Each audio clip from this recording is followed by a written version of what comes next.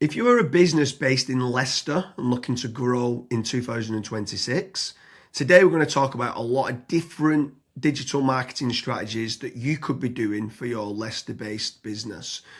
So there's a lot of noise out there in a lot of communities talking about AI SEO and the importance of trying to get your brand mentioned in the large language models.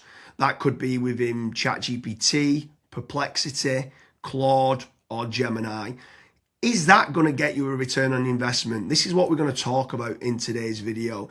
Is that more important than doing social media, whether that's like Meta, which could be Facebook or Instagram, or could be Twitter or YouTube, like what we're doing here? We are going to go through all the different types of digital marketing strategies that you could be doing based in Leicester. And before we get started, Kazra, I just want you to give a little bit of advice to any business owners that have got a business in Leicester. What advice would you give them before they started to do any sort of digital marketing strategies?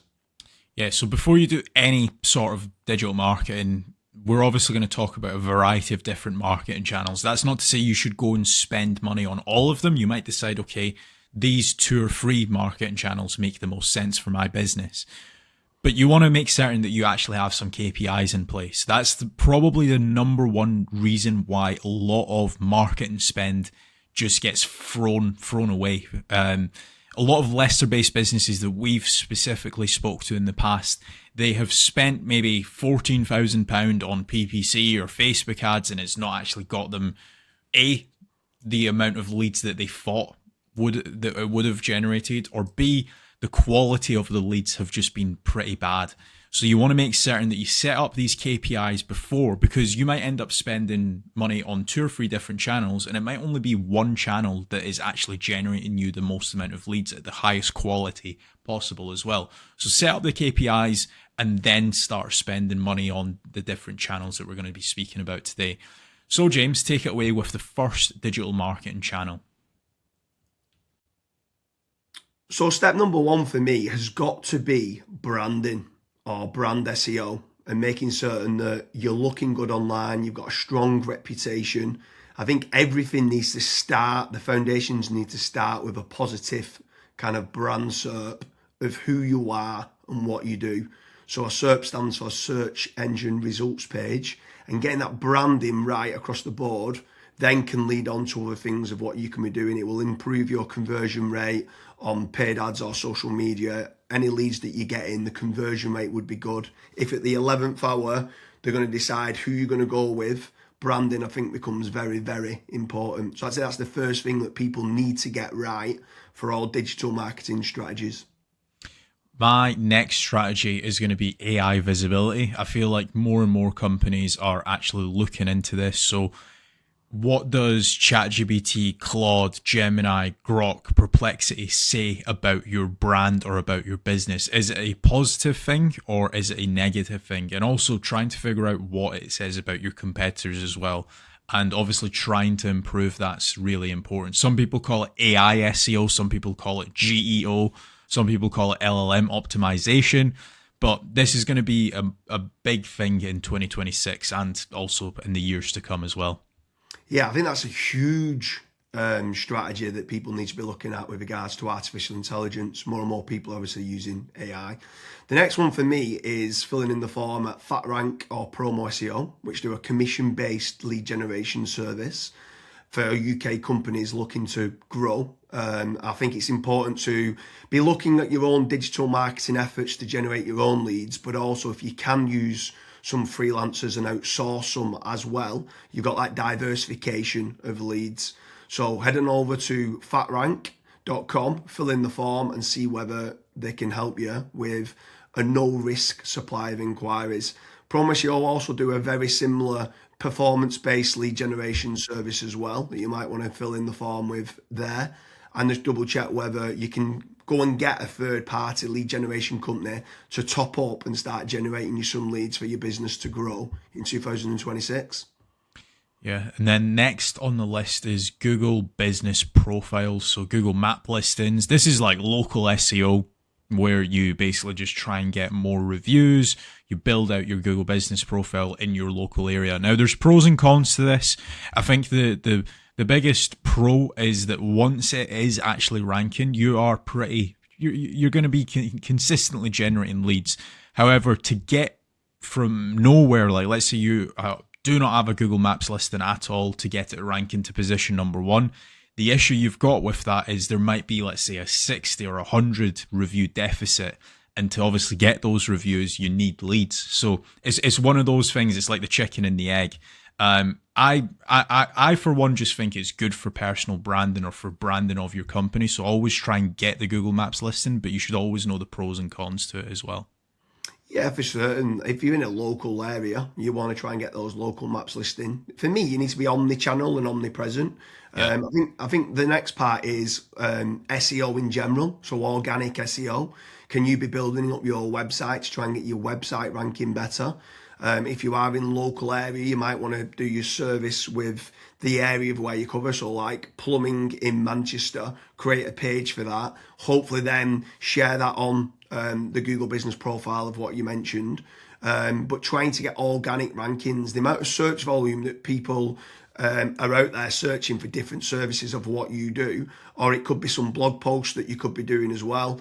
There's different strategies on there that you can be doing, but ideally you want good quality content, build up topical authority, and try and get some third-party backlinks to power up the site to get those organic SEO rankings. I think that's another big part that you need to be doing as part of your digital marketing strategies in 2026. Yeah, and then the next one, which kind of ties back to what you were saying before, James, is obviously organic social media. Now, organic social media, I think it's more of a numbers game. So try to create good content that your audience would actually view. Like I see this time and time again where I look at brands and they've just published maybe 4 or 5 posts on their Instagram profile and they've not been active for 3 years, right? That's not going to drive you sales. But if you can do how-tos, if you can do guides, maybe you can do before and afters, right? If you can do content like that, that way people will see you on socials and they will actually click to actually figure out more about you, fill in the contact form. The caveat to organic social media, yes, it's free to do. It's not like PPC, for example, but it is very much a numbers game. So you want to be consistently uploading, maybe not every day, but at least 3 or 4 times a week. Yeah, for sure. On the subject of social media, paid social ads as well is massive. I'm a massive advocate of the kind of the dollar a day strategy of what people talk about. So if you are going to be taking the time to be posting every day, like you mentioned there, for organic social media, just spending a few pounds on those posts and boosting it. So getting case studies, any awards that you've won as well for reputation, and starting boosting that. You can also be running retargeting ads. So if anyone's clicked through to your website, you can be running retargeting, which is paid social as well. Different places like Meta, so whether that's Facebook and Instagram, you've got Twitter, you've got YouTube, you can be running Pinterest, you can even run in places like Reddit as well for paid ads. And I think paid social media is still an untapped market for digital marketing strategies. Yeah. The next one is it's probably a love-hate relationship. It's PPC, right? Google AdWords or doing it on Bing, wherever. That's basically the sponsored results. So if you search for a service, it's above local SEO. Now, I have spoken, and both myself and James, we've both spoken to so many business owners that are either they've spent 10, 15, 20,000 pound on it, and they've not had a single result, or they might have had a few leads and it's just not been of quality. Or you've got other guys that have spent hundreds of thousands on it and they're like, it's the best thing that's ever happened to my business. Now, the reason why people are either they absolutely love it or they absolutely hate it is probably down to how it's been set up. Like there's so many different nuances to PPC, like for example, having a really proactive negative keyword list. Making certain that you have a set of banned IPs. Like, for example, your competitors could be clicking on your ads, and that's deemed as what's called click fraud. Making certain that you've got a high converting landing page. Making certain that you KPI your sales team So when a PPC lead comes in, that is one of the first priorities that they actually take when it comes to contacting the lead. There's all of these different nuances, and if you're not on the ball with PPC, it's probably not going to work for your business. However, if you've got a really good, well-refined sales team, you've got a really good landing page, you've got a well-kept, up-to-date negative keyword list, you are using click fraud software, at that point, it will actually probably perform well for you. But again, just know the pros and cons to PPC. Yeah, for sure. There's certainly pros and cons. There's benefits of using it to get instant leads. But like you said, the amount of people that we speak to that have burnt a lot of budget and not had the inquiries and stuff that's come through as part of the digital marketing is pretty scary. While we're on the subject of paid, obviously we spoke about paid social ads, and now you've spoke there about PPC with Google or Bing. I'm going to throw in the mix paid ads on AI platforms. It's not fully rolled out as we're doing this video, but I know that ChatGPT are looking to try and roll out ChatGPT ads. Claude, Perplexity, other kind of LLMs might start rolling it out in 2026. I think if you're one of the early adopters and innovators to get on there, I think you could be getting cheap leads or cheap contact form submissions. So it's something to look out for of doing paid AI listings and ads. I think that could be something to look out for in 2026. Next on the list, and this is a little bit out of control. You do obviously have like forums that you can get your brand mentioned in, like for example, Reddit and Quora. That very much comes down to the after fact. Like, where are your customers that you've been dealing with previously? Are they actually raving and shouting about you? If they are, then that's a very good resource of getting other people recommending you. So if you can get that, again, it's a little bit out of your control, but asking for reviews, asking for them to recommend you to friends, to people, that can obviously generate you a decent amount of leads and inquiries as well. Yeah, for sure. And the add-on benefits to places like Reddit is that it's getting cited so much now in the AI overviews. So when you spoke there early on about AI visibility, if you can try to get a positive kind of lot of people talking about the products and services of what you do and some reviews on there, it's indirectly then going to help you, or directly actually is going to help you with AI visibility. And then the last one for me is tradesman websites, so like Check a Trade, Bark, or teaming up with a third-party lead generation company. Something I would say with all of these practices, Kazza touched on earlier about making certain that you understand your KPIs and your ROAS, return on ad spend. I think it's very important for business owners that are doing any sort of digital marketing to be tracking how much time and effort's being put into, let's say, running organic social media or running paid ads.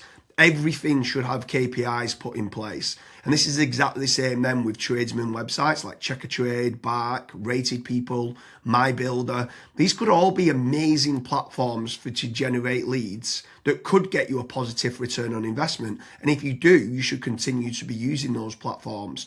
There's certain lead generation companies out there as well that could generate you quite a lot of leads. They could be using organic SEO or PPC or social media ads to generate you those leads.